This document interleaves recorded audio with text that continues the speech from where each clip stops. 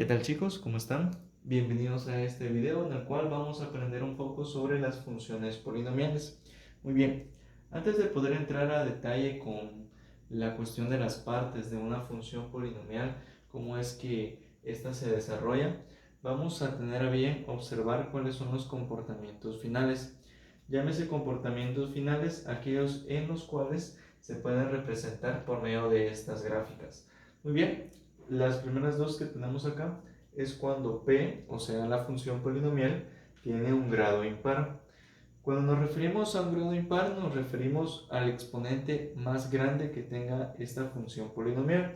Y cuando este exponente más grande sea un número impar, entonces puede tener estos dos tipos de comportamiento de gráfica.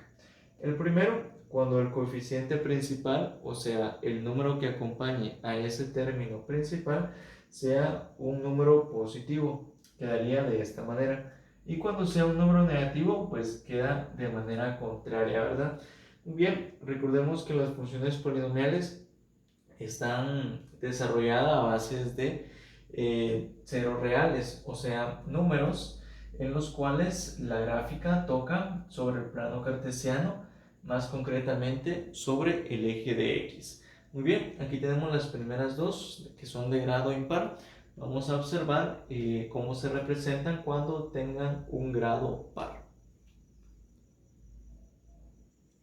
Muy bien, aquí rápidamente tendremos la ejemplificación de cómo quedan las gráficas cuando p, o sea, nuestra función polinomial, tiene un grado par. Siempre recordando que el grado es el exponente más grande de esta función. Muy bien, cuando este exponente sea un número par, las funciones pueden ser trazadas de esta manera o también de esta otra manera nos podrían quedar. De esta cuando el coeficiente principal sea un número positivo y de esta forma cuando el coeficiente principal sea un número negativo. Muy bien, entonces observemos un ejemplo de cómo es una función polinomial. Muy bien, ahora tenemos un ejemplo claro de cómo es una función polinomial. Como podemos observar, una función polinomial pues se desprende de varios grados, pero de lo cual podemos resaltar ciertas partes muy importantes. Por ejemplo, el término principal, que esto es fundamental para cualquier función polinomial. El término principal nos referimos al coeficiente y a la variable que lo acompaña. Obviamente la variable pues va a tener su grado, del cual pues determina qué tipo de grado es el polinomio. En este caso pues es un polinomio de grado 5, ya que es el exponente más grande de ese polinomio. Muy bien, otra situación muy importante es el término constante, que va a ser la cantidad que se encuentre al final y esta no lleva ninguna variable. Muy bien, ahora pasamos a la guía de cómo trazar estas funciones polinomiales. Podemos observar que se desarrolla en tres pasos. El primero son los ceros. Dice que para encontrar los ceros es necesario factorizar la función polinomial. Muy bien, hay ocasiones en las cuales la función polinomial ya va a estar factorizada, pero si no es el caso, pues la factorizamos. Una vez factorizada, realizamos unos puntos de prueba, que es lo siguiente. Dice que debemos de hacer una tabla de valores para la función y dentro de esta tabla de valores debemos de incluir todos los ceros reales. Es decir, los ceros que encontramos acá los incluimos en esta tabla de valores. Muy bien, y por último pues es graficar, que dice localizar los puntos de intersección y otros puntos que se encuentren en la tabla. En resumidas, pues graficar es únicamente tomar los puntos de la tabla que realizamos acá y luego unirlos con una curva suave. Muy importante esto para poder desarrollar estas gráficas.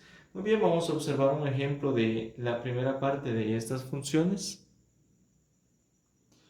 Muy bien, en esta ocasión tenemos el ejemplo número 1, donde nuestra función polinomial es la siguiente.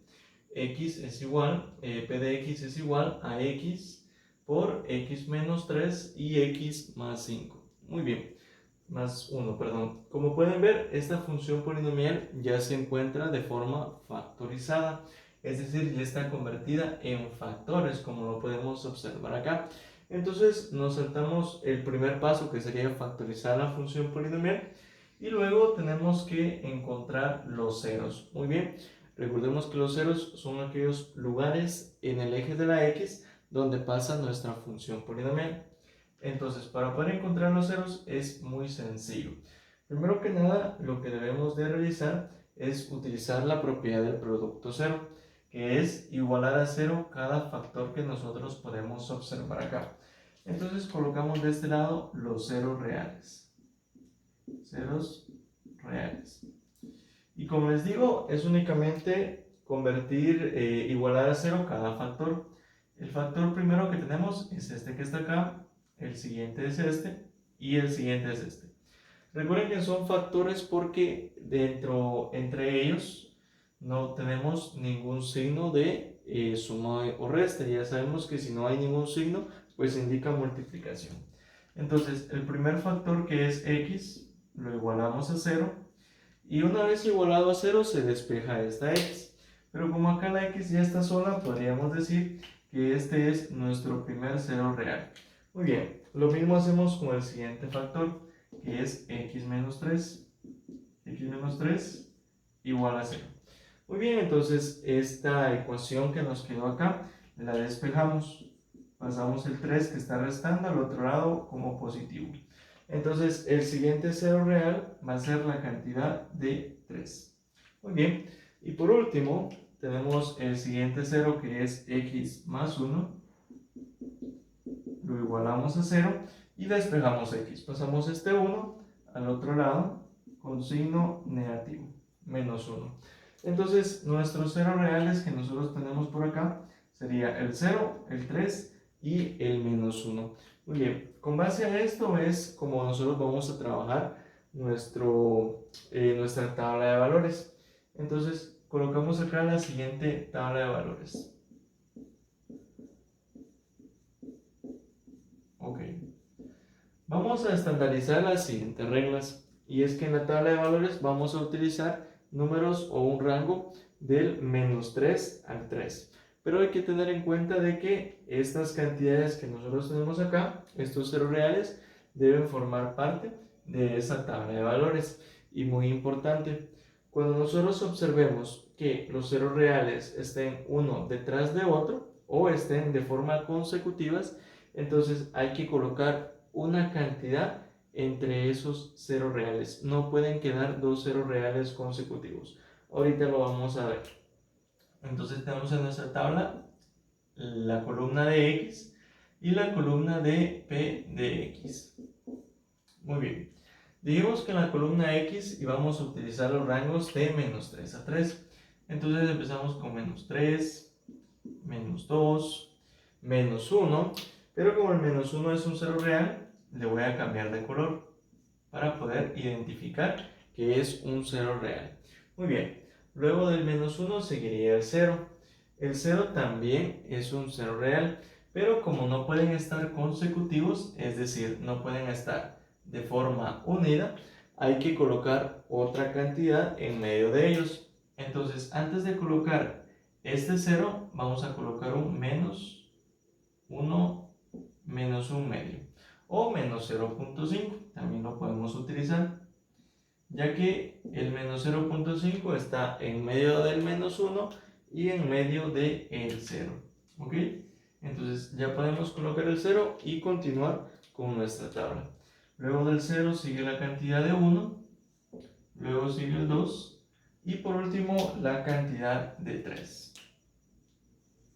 Como pueden ver, tenemos todos los valores que corresponden a nuestra tabla de valores y los ceros reales que podemos observar acá. El 0, el 3 y el menos 1. Muy bien, seguido de esto vamos a evaluar esta función que tenemos por acá con cada una de estas cantidades. Ustedes lo pueden utilizar o realizar con la función tabla de sus calculadoras, pero si no tienen esa función, entonces realizamos lo siguiente en la calculadora. Vean. Cuando aparezca cada una de estas x, yo la voy a sustituir por la cantidad que estoy evaluando. Hay que evaluar cada una de estas. Entonces empecemos con el menos 3.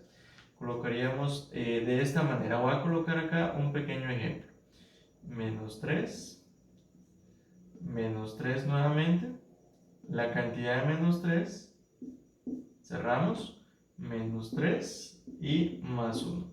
Entonces ustedes colocan toda esta parte en la calculadora para poder encontrar la primera cifra. Y asimismo, estas cantidades que ustedes pueden observar acá, que son las que nosotros sustituimos por la x, es la que ustedes tienen que sustituirla acá. Van a colocar el menos 2, el menos 1, el menos 0.5 y así con cada una. Hagan estos ejemplos que tenemos por acá y van a comparar los valores correspondientes. Yo los voy a incluir a continuación.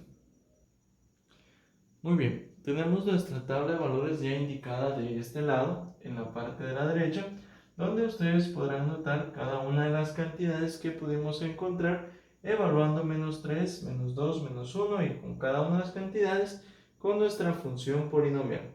Muy bien, de la parte de la izquierda ustedes podrán observar el plano cartesiano, donde ya resaltamos estos puntos que están acá, que son los puntos de intersección, es decir, aquellos lugares donde los ceros reales pues pasan en la parte del eje X de este plano cartesiano. Entonces el menos 1, acá lo tenemos, el 0 y el 3. Esas cantidades que ustedes pueden observar que quedaron como ceros van exactamente sobre el eje de la X. Muy bien, ahora calculamos las siguientes cifras que nos restan. Empezamos del menos 3 hasta el 36. Bajamos hasta acá. Muy bien. Tenemos nuestro primer punto. El siguiente lo vamos a colocar de este lado, menos 2, menos 10. Bajamos hasta acá. El siguiente que tenemos, el menos 1, ya lo hemos colocado. Y el que colocamos en medio del menos 1 y del 0. Este va a subir un poco nada más. Y este es necesario colocarlo porque en las gráficas de las funciones polinomiales no pueden existir líneas completamente rectas, líneas rígidas, tienen que ser curvas suaves. Muy bien, lo siguiente es 1, 4, iría por acá. Lo siguiente 2, 6, bajaría un poquito. Y luego hacia la parte de arriba. Muy bien, quitamos estas líneas guías. Ya sabemos que nos ayudan únicamente a encontrar nuestros puntos. Muy bien, una vez tengamos nuestros puntos, los vamos a unir cada uno, ya sabemos, con una curva en la cual pueda definir nuestra gráfica.